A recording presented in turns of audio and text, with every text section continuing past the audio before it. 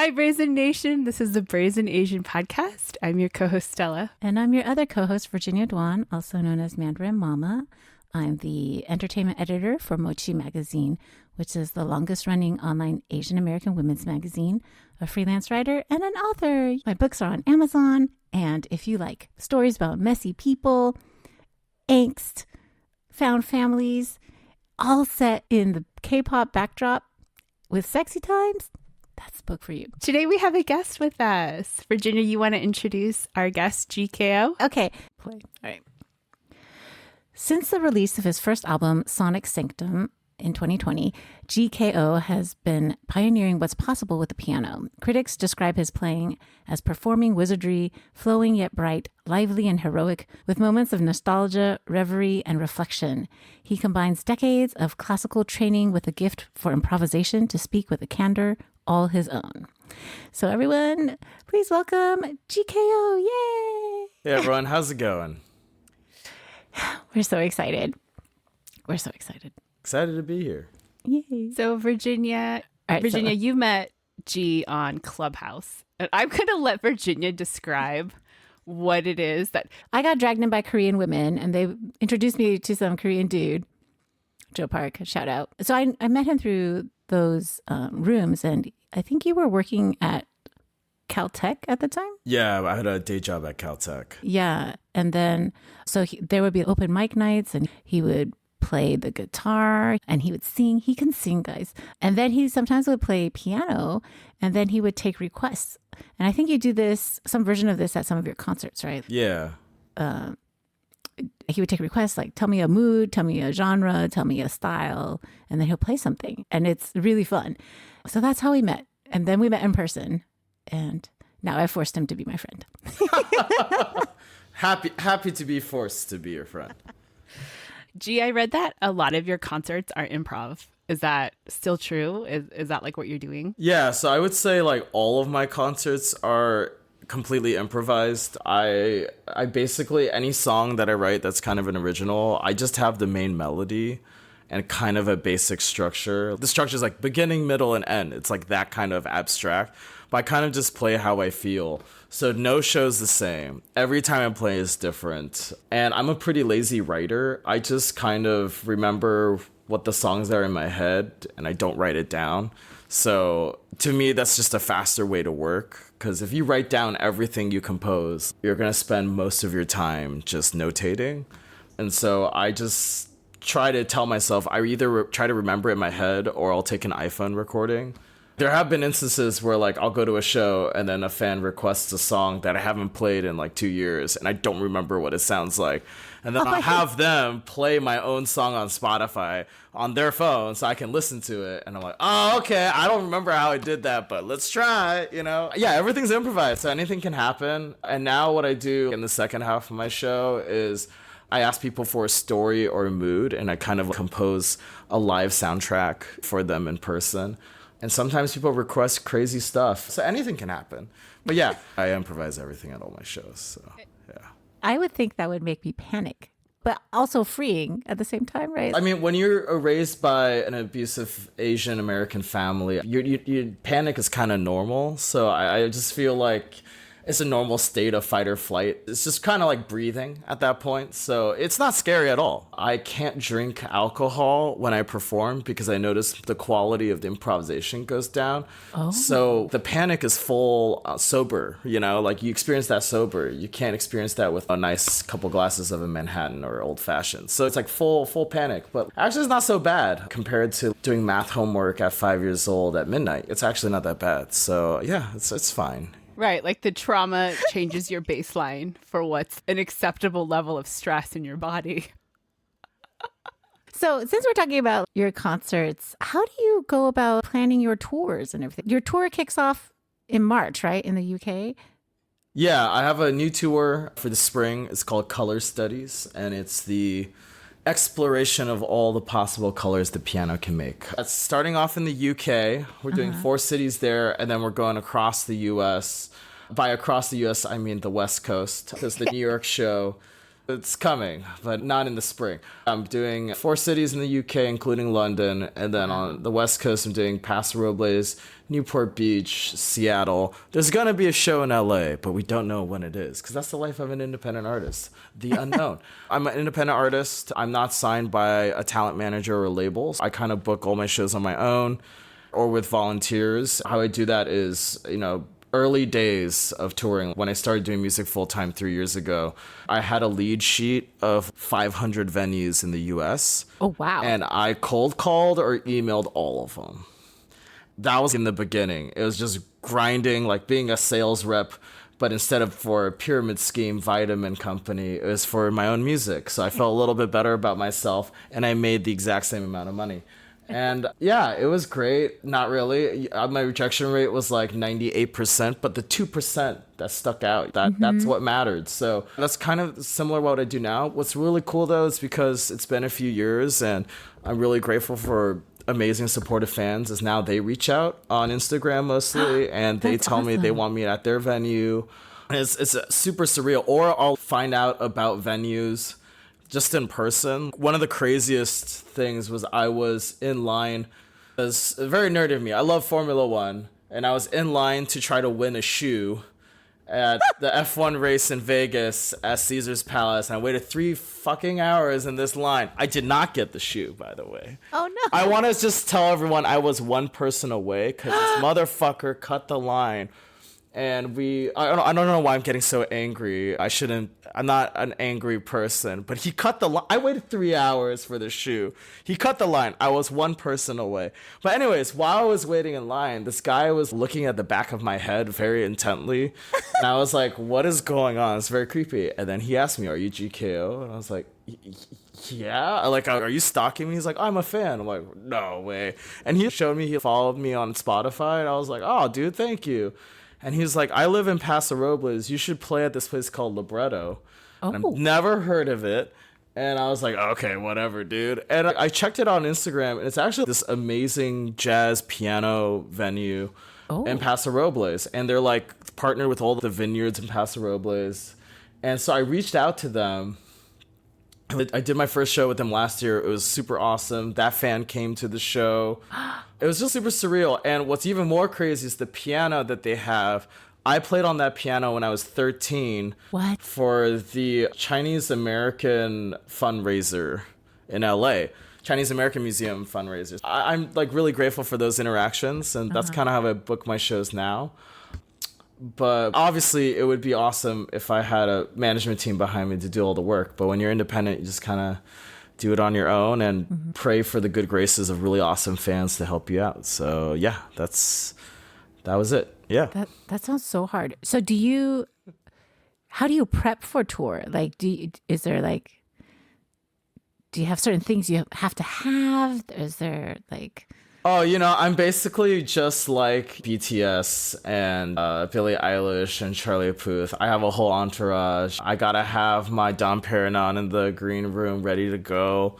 I got my stash of weed for before the show, during the show, and after the show.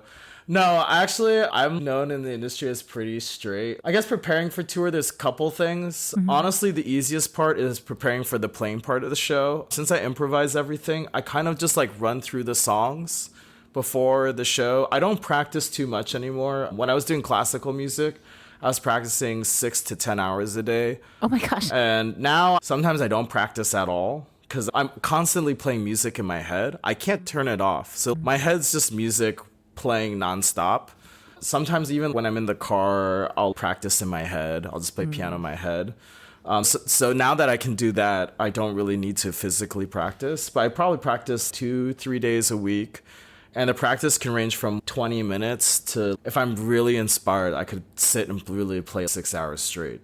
Oh, wow. So it just depends. That's kind of how I prepare on the music side. And then on the business side, that's for me the most time consuming part. Right now, I probably spend 80% doing business stuff for my career and only 20% making music.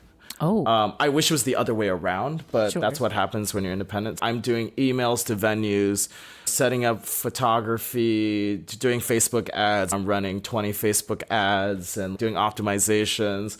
Then I'm interviewing with journalists, or I'm reaching out to promoters or fans, like if they can help spread the word for shows. I'm making merchandise, and then I have to pack all of that and ship it to wherever I'm touring. If I'm like working with a stylist or a clothing company. So like I've worked in the past with Maison Kitsune and Hugo Boss. And then these past few tours I've been working with Fundamental in Tokyo. I was in Japan and we talked about the outfit for the next tour. And so I have to spend time doing that. And then I have to plan these trips and schedules. So I have to organize all the hotels, travel, trains, buses. Sometimes I have to rent a car and drive on the wrong side of the road. Terrifying. Flights, like I have like 15 different credit cards, so I have to point swap to try to pay for tour without paying for tour. Oh, yeah. So yeah, it's a lot of work on the logistics and business side and marketing side to prep for tour, but the actual playing parts, I mean, that's ready to go. That's the fun part, like playing on stage. That's the I was going to say, at least that's the fun part, right? That's the enjoyable part of touring. Yeah, I mean, touring, the best part of touring for me, which is really interesting, musicians are so different. I know musicians who hate touring because they hate traveling with the grueling schedule. I know musicians who hate fan interactions. I know people who like the business side more. I know people who hate practicing, which if you hate practicing and you're a full-time musician, that's kind of problematic. But that explains why there's so much auto-tune.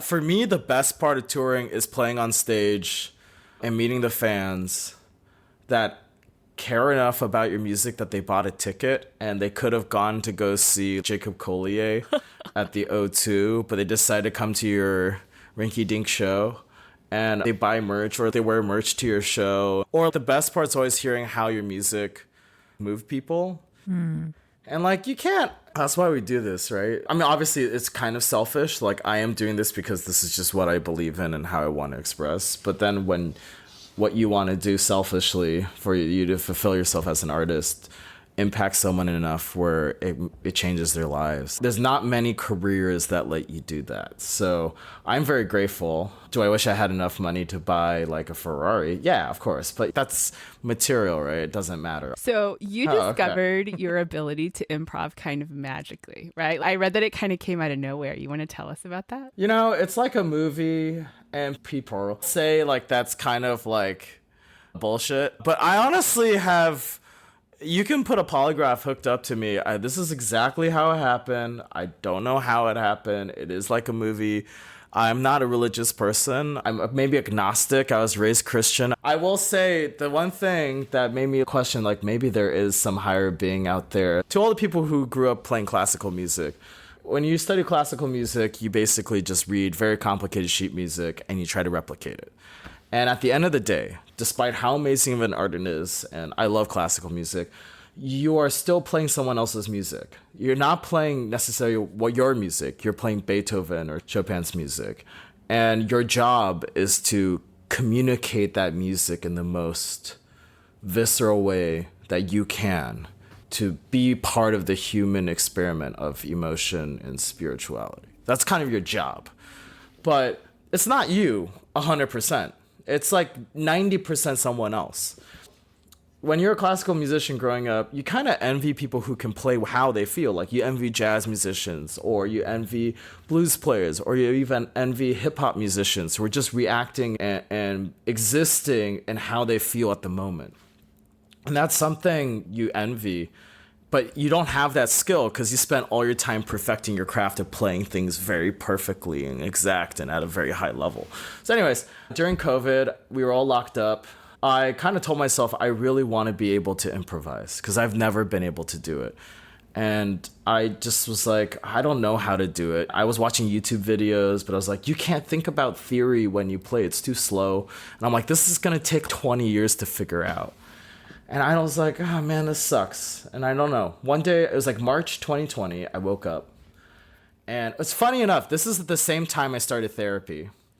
And shout out to BetterHelp.com. You know, BetterHelp.com offers one-on-one therapy from the comfort of your home.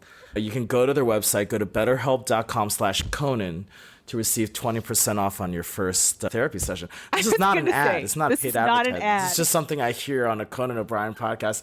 I'm not sponsored by BetterHelp.com, but BetterHelp.com, if you are listening, I am available.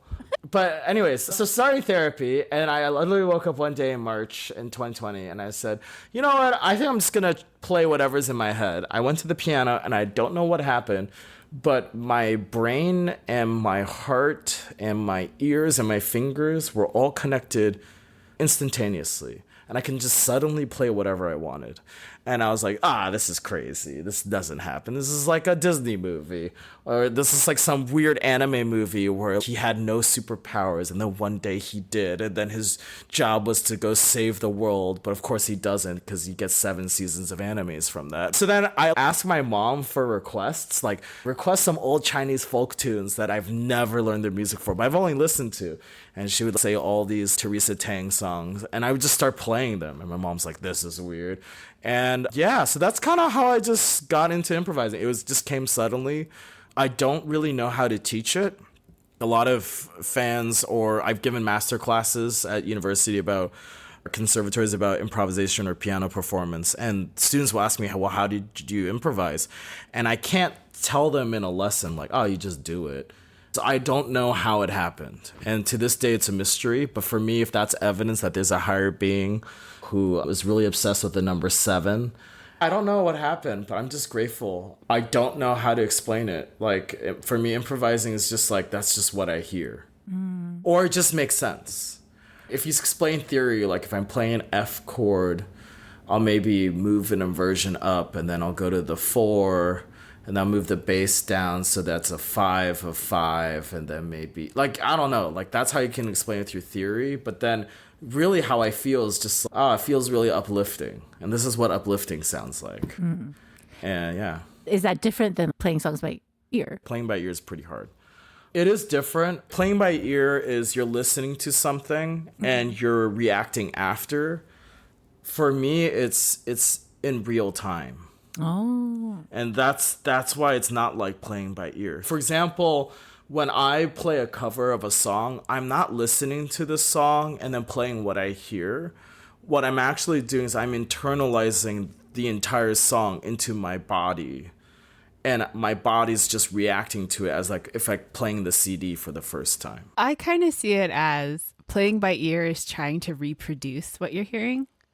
But improv is really about recreating what you've experienced. It's not the same. Like, as somebody who played the piano and never learned to sight read, playing by ear was my only option. But it was entirely about reproducing and not about recreating. Yeah. And the other thing, too, I learned about improvisation that I don't think a lot of people know is most improvisation is not genuine creation.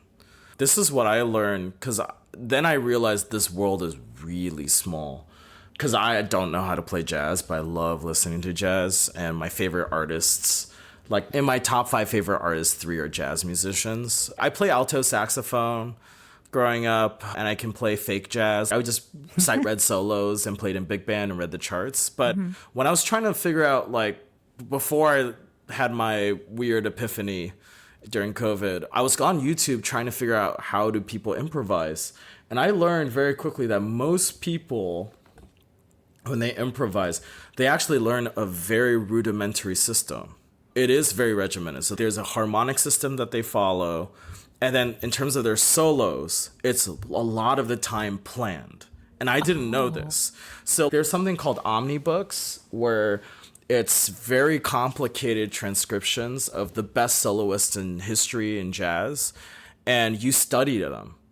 And unless you're doing your own music and you can truly, genuinely improvise creatively, you're copying all their solos and then you're playing them in all the different keys. So you have the muscle memory. And then I also found out a lot of jazz musicians will plan their solo before they solo. So they'll have a motif or something, they literally line it up. And I didn't know that. I thought they were just having fun. But then I started going to shows of certain artists in multiple cities, and they were playing very, very, very similar solos. And then I realized, like, okay, genuine improvisation is actually kind of rare, which makes sense because the jazz greats that everyone bought tickets to or had illegal recordings of, because they were witnessing magic, right? And that's when I realized that, whoa, genuine improvisation is actually kind of rare. So when someone says they improvise, I sometimes think the better clarifier is, are you improvising in the moment or are you improvising with a set of tools? In some respects, it helps also dispel the audacity of improvisation. Like, there is a systematic way of doing it. But if you want to be genuine, expressing yourself in the moment, you got to find the way to break through that. And if you think about it, the Rolodex of jazz players, specifically in the jazz genre, that can actually do it, like you listen to or buy tickets to, it's not that many compared to the whole world. I mean, you got, 8 billion people on the planet, and only a few thousand can do it. It's not a lot. Anyways, I know I just did this whole tangent on music theory and improvisation, but yeah, it's interesting. When you're talking about people memorize certain solos or progressions, most music, depending on the genre, follows a certain progression. So if you're just fucking around on the piano and just playing whatever's in your brain, you might just follow a certain structure. It's not anything particularly new, I guess. You know how Nirvana is the same for chords over and over again. Like, all their songs are the same, pretty much. Yes, right? and it's just disco drums. That's just a disco drum beat. Right. Or I'm thinking of vamping. So when you improvise, you're not falling back on those tools, or you are using those tools and transforming them or transmuting them or completely differently. Yeah, I think for me, I have all the tools because I've learned theory before composition, or I've just listened a lot or played a lot, but you're kind of just forgetting about it. I mean, there's always going to be a structure to whatever you do musically if you want it to sound quote unquote good, because it has to make sense. And it doesn't have to make sense for like, this is how it should sound, but it should make sense in that I can follow it.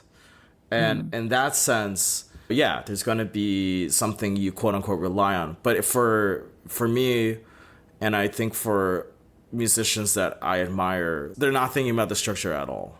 Like when they're playing, there's just you're not thinking about, I need to do this and that. You're just like, this is just happening right now.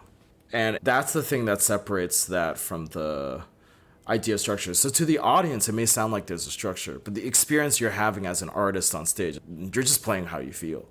And because of years, decades of training and taste building and listening and playing great works of music, your vocabulary gets better and better and better and better and better.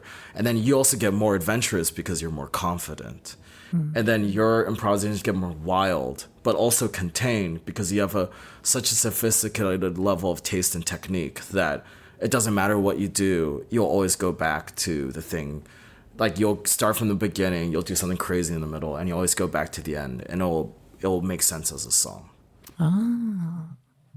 I think the best example of improvisation or incredible songwriting is, we're so lucky we have video of this, is Peter Jackson's documentary of the Beatles, the last record they recorded together on Get Back. Like, when they forced a song out of nothing.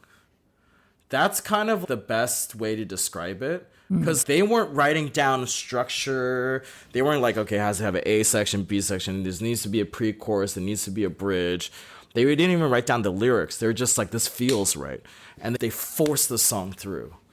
And that's how they wrote. And that's why I think Beatles songs have endured forever, because these are guys who really listened, who love making music, who had something really strong to say and sounded good. They were technically very good. And yeah, they couldn't read music. None of them read music. Oh, really? None of them read music. They all played by ear, but they knew what they wanted.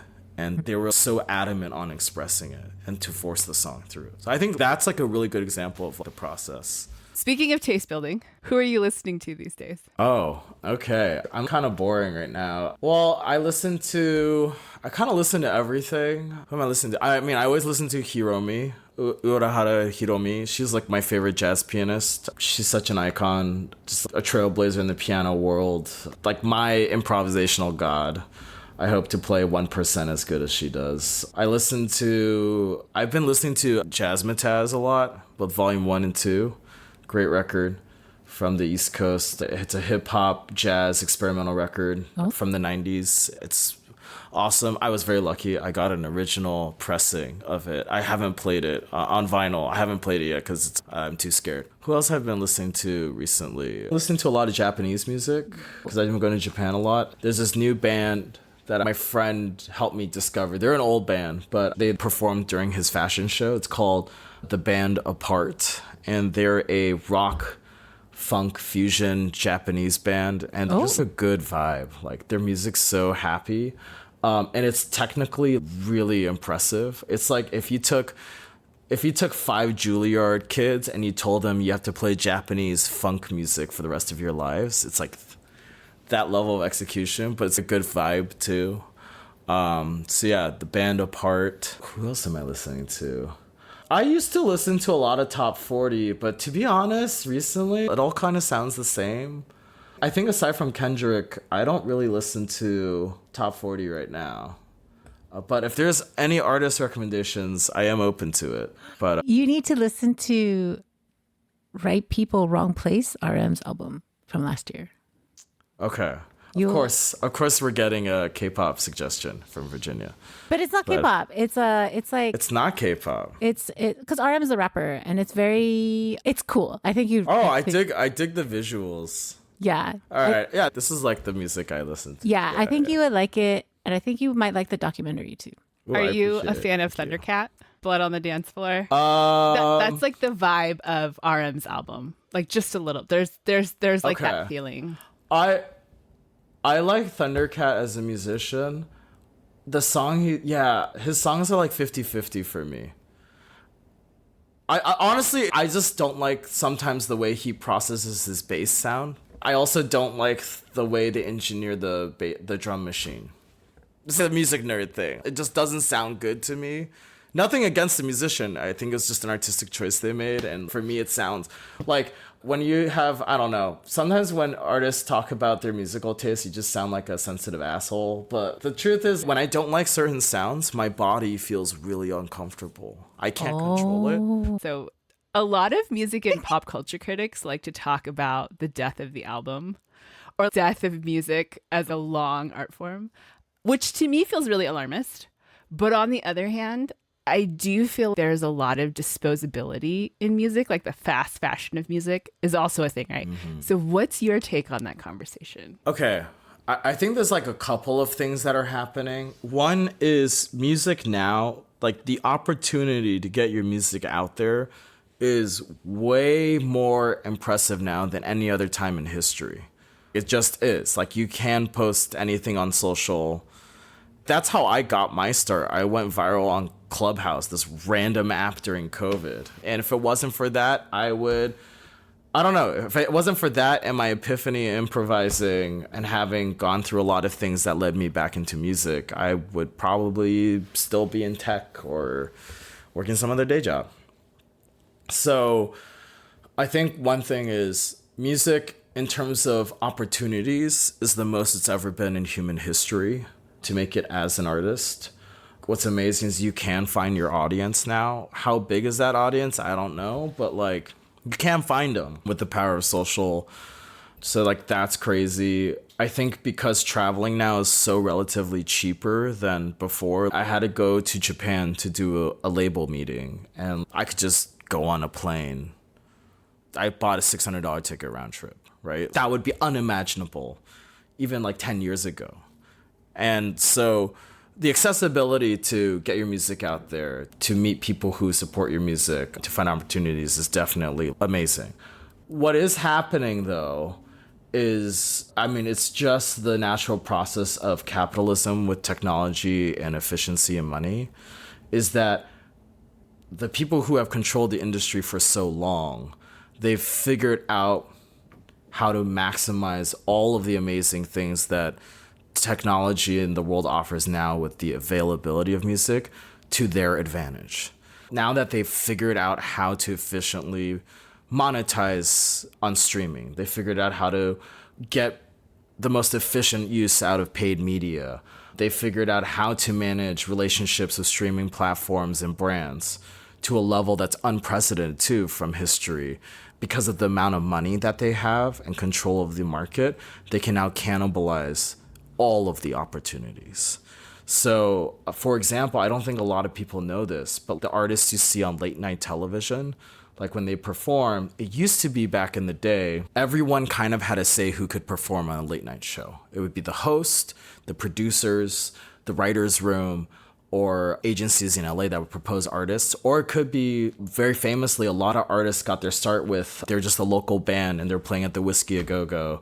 And Jay Leno or Conan would be like, oh, they sound great. Let's put them on the show tonight. Those opportunities happen more frequently than you think, like from the 60s until the 2010s, early 2000s. Now, all of the big talent agencies have booked up every opportunity on network television. So everyone you see, almost all of them are signed by big agency. And that's just the way it is now. So even if you are really successful on TikTok or Instagram, or you have your own strong following, it does not mean you'll get onto a television show to expand your reach. Another thing that they've done is cannibalize playlists.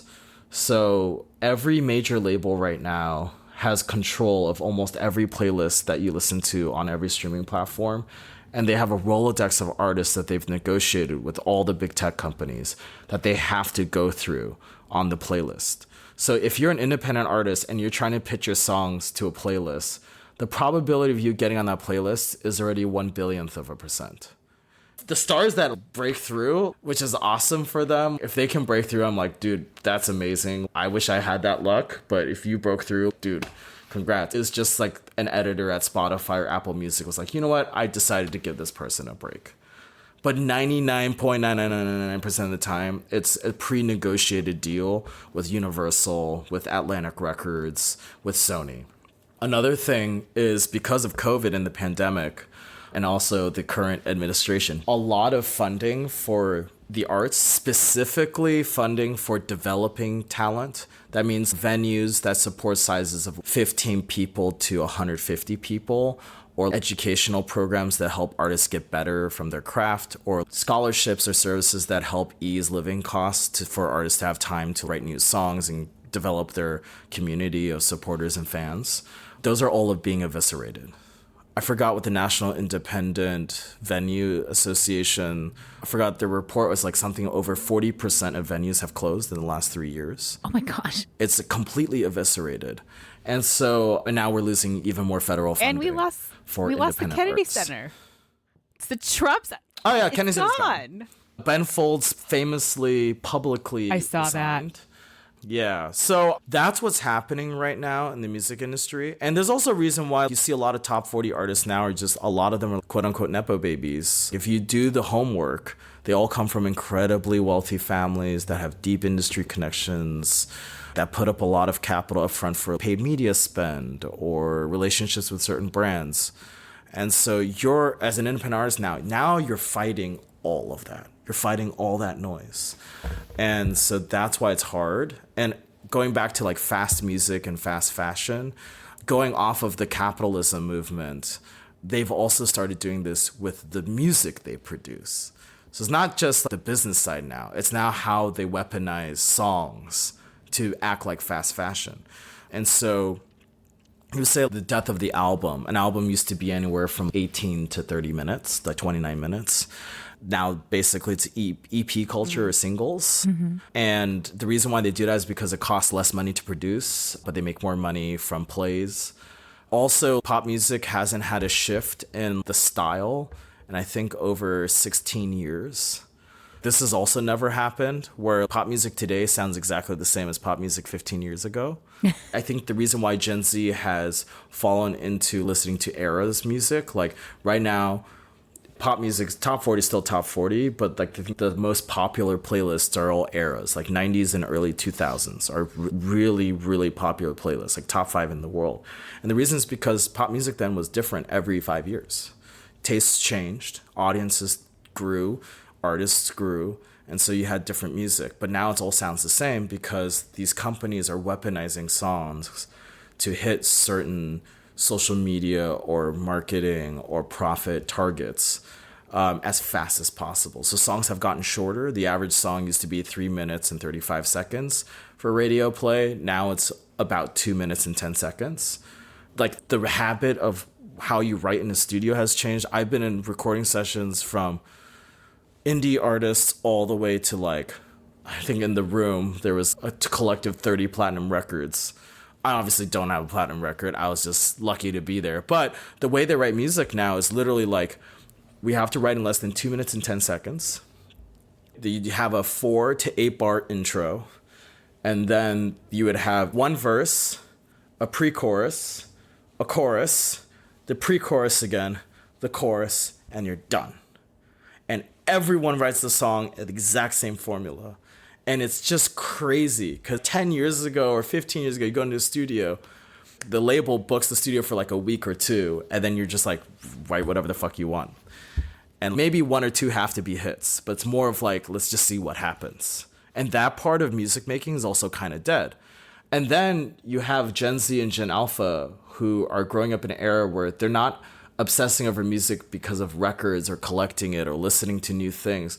They're obsessing over music for fame, right? And hype. Mm-hmm. And so now they're not interested in making music that is about expression or about themselves or the culture, like the punk rock movement or the hip hop movement in LA or the jazz movement in Harlem. They're more interested about how do I get famous? How do I get rich? And so they're learning how to make music in the way that these companies are making music for monetization. So they're writing songs that are less than 2 minutes and 10 seconds. And then they're now relying so heavily on electronics that they're not developing the musicianship and the skills, and they're not taking time to develop taste. And that's why the quality of music just keeps going down. And so like you listen to stories of the Beatles, where Paul McCartney and John, they were trying to figure out how to play this one chord on the guitar, and they didn't know how to play that chord. And their friend called them and said, hey, I have a buddy who knows how to do that. And they took 5 different cabs to get to that guy's house so they can show him, right? Like that kind of era of discoverability is gone. And so that's what I think is happening to music right now, is the inevitability of wanting to become famous and make money. It's so invigorating and tempting that the entire process of making good music is now being thrown out the window because it's not necessary. And so the question is not, is music dead? The question is good music dead? And I don't think it is, because the world is so big. But I will say good music, it's harder for good music to break through. But when it does, it breaks through hard. And I think one good example of that is Silk Sonic. That's like the only album that hit multi-platinum and won, I don't know, like 14 different Grammys. And it's been the last album that's been produced at that level of engineering and musicianship and instrumentals. It's the last one. But I think it's also because of Anderson and Bruno. The references musically that they understand and have taken in, the music that they grew up with, the taste that they've built over the decades that they've been immersed in music, means that they have a much larger breadth of things to pull from than a lot of other people. Well, yeah, but the record that they did from a compositional and engineering level was like, no one's done something that complicated and like pop mainstream in the last 10 years. That's why it swept the Grammys, because it was just the perfect storm. It was catchy, so it hit all the pop stuff. But then from like an audiophile musician perspective, it was masterfully done. Now, you could argue it's not original. It is not. Right? Right? You could argue that. All music is variations on a theme. Right? Like, sure. To a certain extent, but like there are artists that have unique sounds. You listen to a David Bowie record, you're like, that's David Bowie. You listen to a Beatles record, that's the Beatles. If you look at K-pop, you look at Big Bang. Big Bang was incredibly unique. I would argue all of modern K-pop is just a big variation of Big Bang. Like they changed the landscape. They figured out a way to lyricize trap music. They changed trap music. They changed dubstep. Like lyrical rap sing, like that became popular. So certain artists who have really broke through, like there's an original song. But one thing I will say about Stella and Virginia, it doesn't sound original.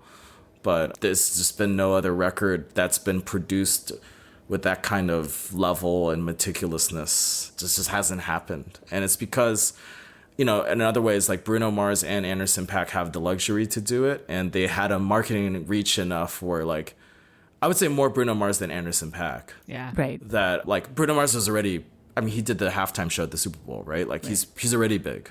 So it's just like, he could finally do a passion project that, whether you liked it or not, it's still going to hit top 10 because he's so famous. But it was good. So, but yeah, I will say it's not original sounding.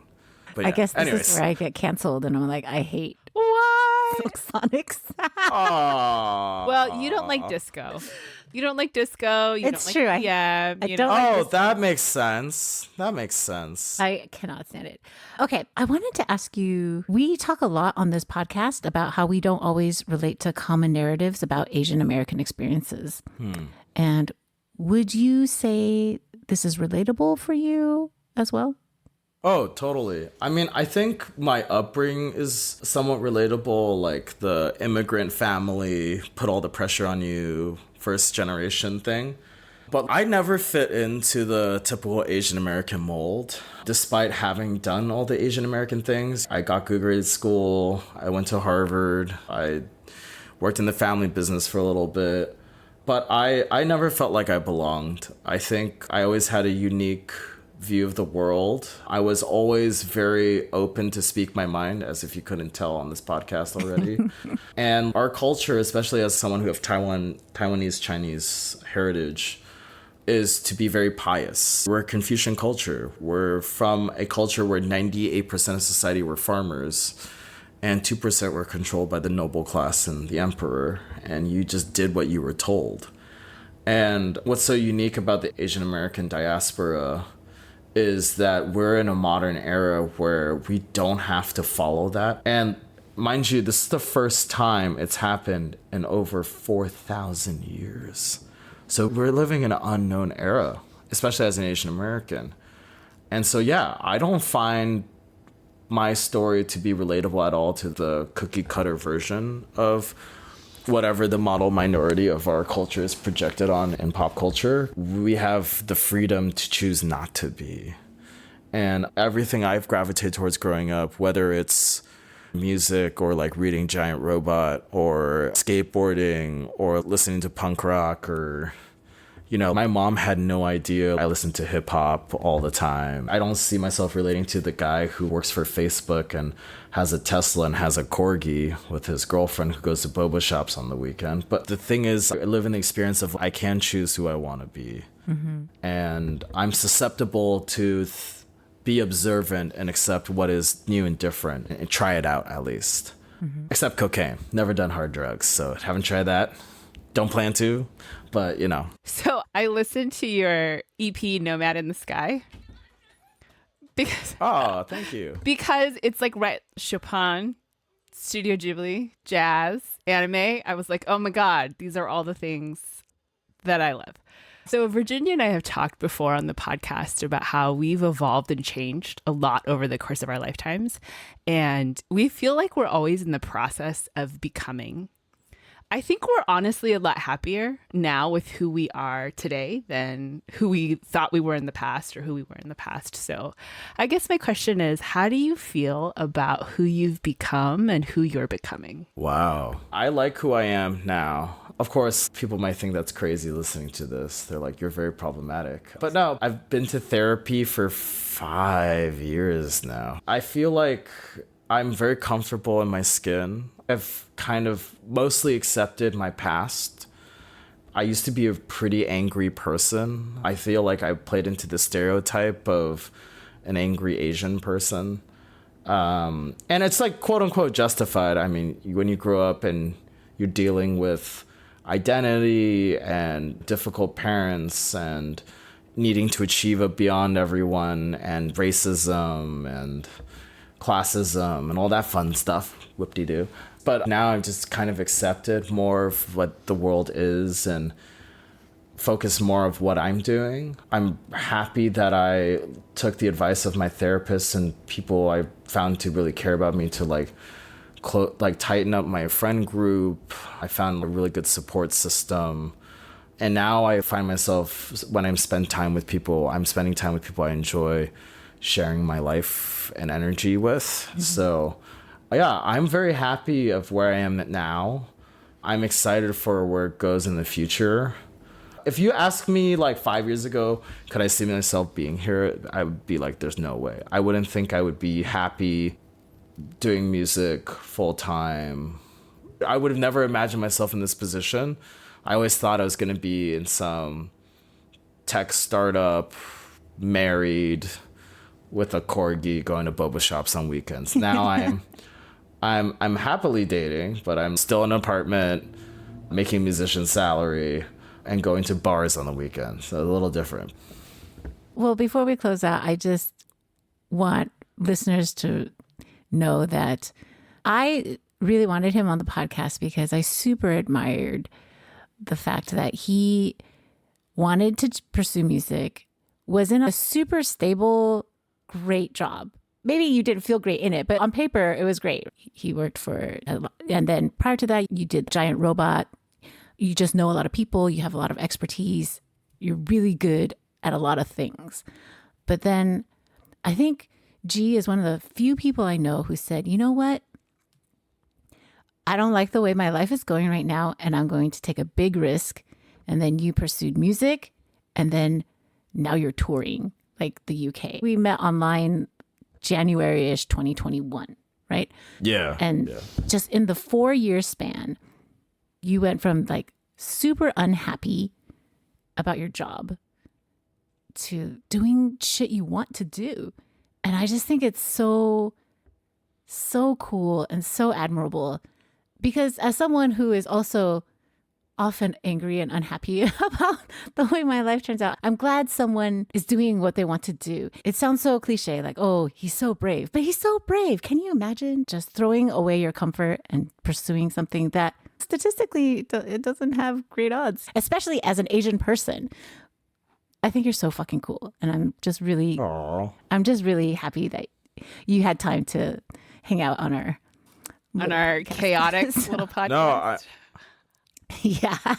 No, I'm grateful. I really appreciate our friendship, Virginia, and your support. And those are really nice and kind words. Yeah, thank you. I'm just happy to spend time with you guys and be a Brazn Asian, as if no one could tell. It's still a wild journey, and there are a lot of ups and downs. I've been through so much. The fear thing is kind of like, you know, that burning Elmo Yes. gif?